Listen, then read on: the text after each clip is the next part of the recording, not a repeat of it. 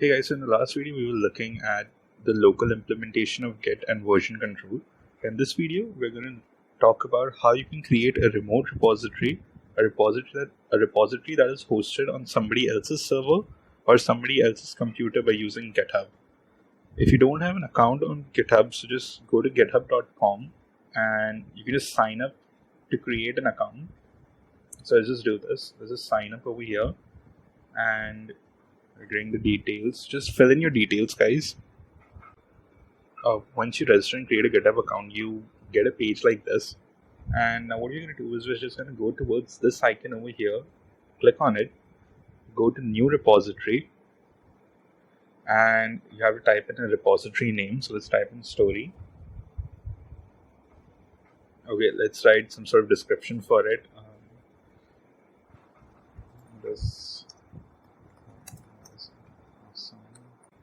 So just keep in mind, guys, by default, all repositories you create on GitHub are public, so anyone can see all the files inside your saved repository. Anything you commit to your remote repository or GitHub repository will be public. So if you don't want that, you can select private, which will require a subscription on GitHub. So in most cases, you're not creating anything that's top secret or anything that's brand new. So having a public repository is not such a big problem. You can go through different people's code base and see how they structure their code and how they document stuff, which is pretty cool. So now let's see something like that. Let's just type over here Swift Flappy Bird.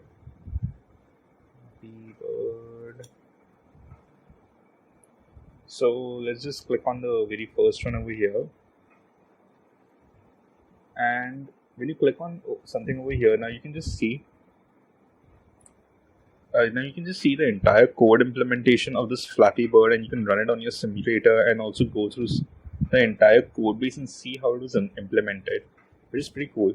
So this is the beauty of open source code, guys. And as you develop in your journey as a developer, you might want to contribute to other people's code, other people's projects, and help them out a bit and work in virtual teams and fine-tune your own knowledge and work and your programming skills. So this is a pretty cool way to do it. And let's just move on now. So we're not going to initialize a README file right now. So let's just click on create repository and let's move forward.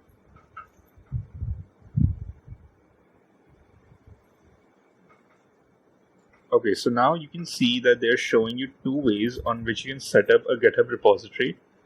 So you can either go for the GitHub for desktop, which I'm not a pretty big fan of. Instead, what you're going to do is you can use the command line instructions over here and set up a remote repository. So we're going to push the existing repository from a command line to this remote repository. So to do that, the very first thing we need to do is go and copy the address of a GitHub repository. So let's just copy this from over here. And we're going to use these 3 lines of code to transfer or push our existing local repository from the command line. So currently I'm in the story directory, which happens to be the working directory for this project. So now here I'm again going to take a look at git log to see what previous commits we've got.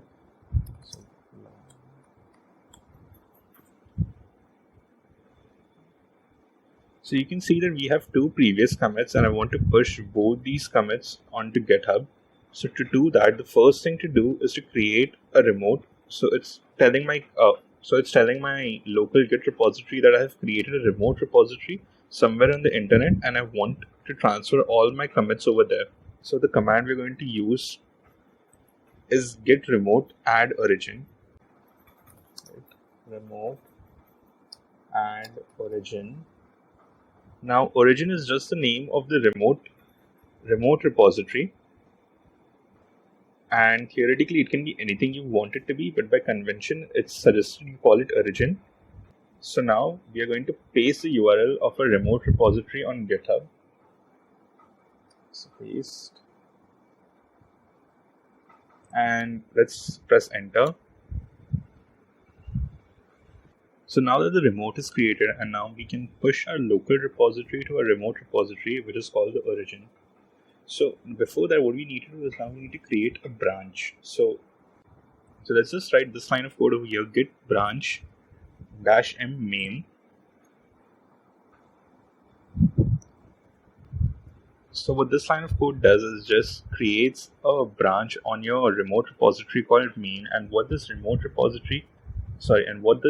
main branch does is that it keeps a store of all the commits you've made. In later videos, we'll talk more about the main branch when we cover branching. So we'll talk about what is main and what is a branch. For now, let's just write this line of code and create a branch over here. Now I'm pressing enter. So now we created a branch over here, main. So what we're going to do now is push the code to the main branch, and to do that, we're going to use the line of code, this third line of code, git push -u origin main.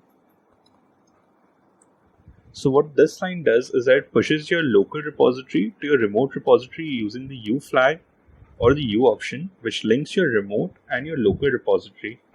And then we're going to push it towards the remote called origin, and we're going to push it to the branch that is called main. So now when we write this line of code, we're just saying that we are going to push our local repository to this remote repository origin, and we're going to push it to this main branch. And now let's press enter. So now guys, you see something written over here that the support for password authentication was removed on August 13, 2021. Please use personal access token. And let's make this bigger. Please use personal access token instead. So what we need to do, guys, so this is something that's changed right now. So what you need to do is just go to settings over here. Go to developer settings, and go to personal access tokens. And what you need to do is just create a new general token for yourself. Now don't share this token with anyone, and keep it private. So now click on these three icons over here: repo, admin, repo _hook, and delete repo, and just click on generate token. You also have to write a note over here, so just write some sort of note, story, project, or anything.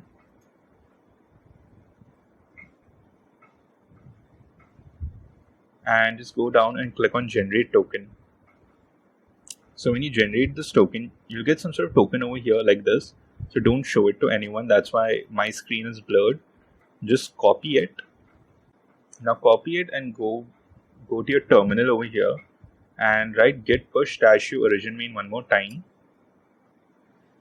So when you do it, you have to write your username on GitHub over here.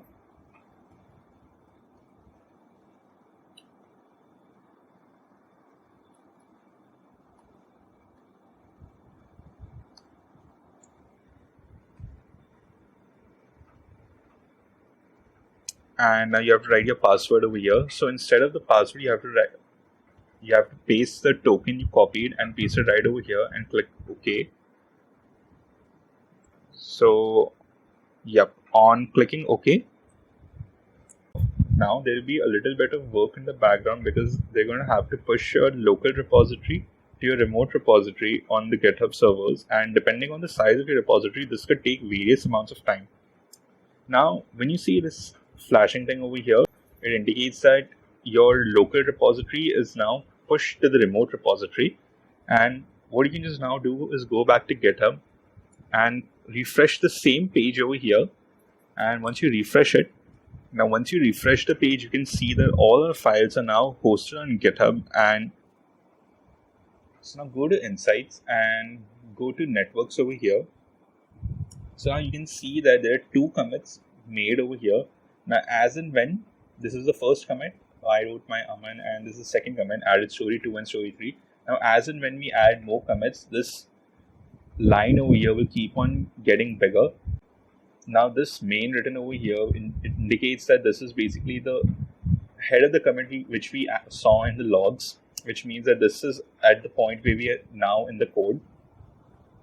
So, now when you go back to the code, to this code over here, you can see all the code, and you click on story 1 or take, so you can see all the code in the code files, which is just in text, is now hosted on GitHub. and you can point these to anyone. Now if you go back and click on commits over here, you can see that when those two commits were committed, when you click on it, you can basically see the version, which means that you can just see the changes that were done at different time points. Now when you click on chapter 1 over here, you can see this is what we had at the point of creating a very first commit.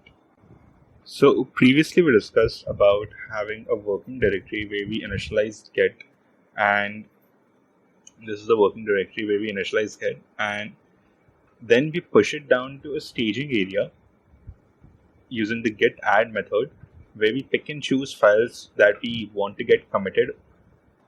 And once we're ready, we can then just commit all our save points to the local repository. Now, once you've done few commits, you'll basically just have some sort of timeline of various commits like this.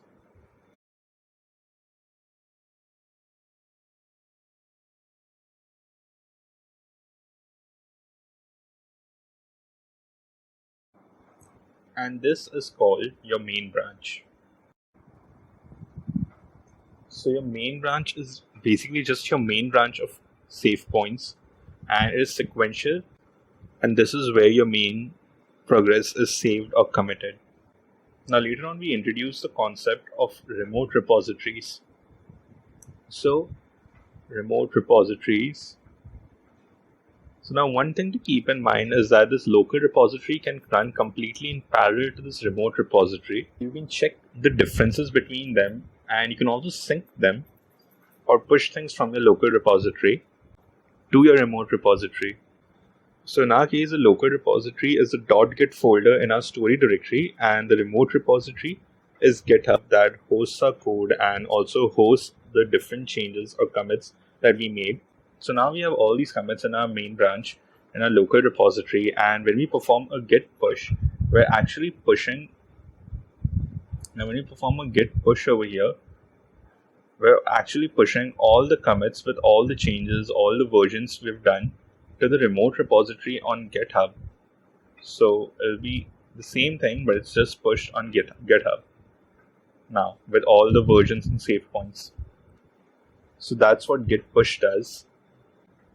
Now in the next video, I want to talk about git ignore and how you can use it to not push sensitive data like your API keys, your passwords onto your remote repository, that is GitHub.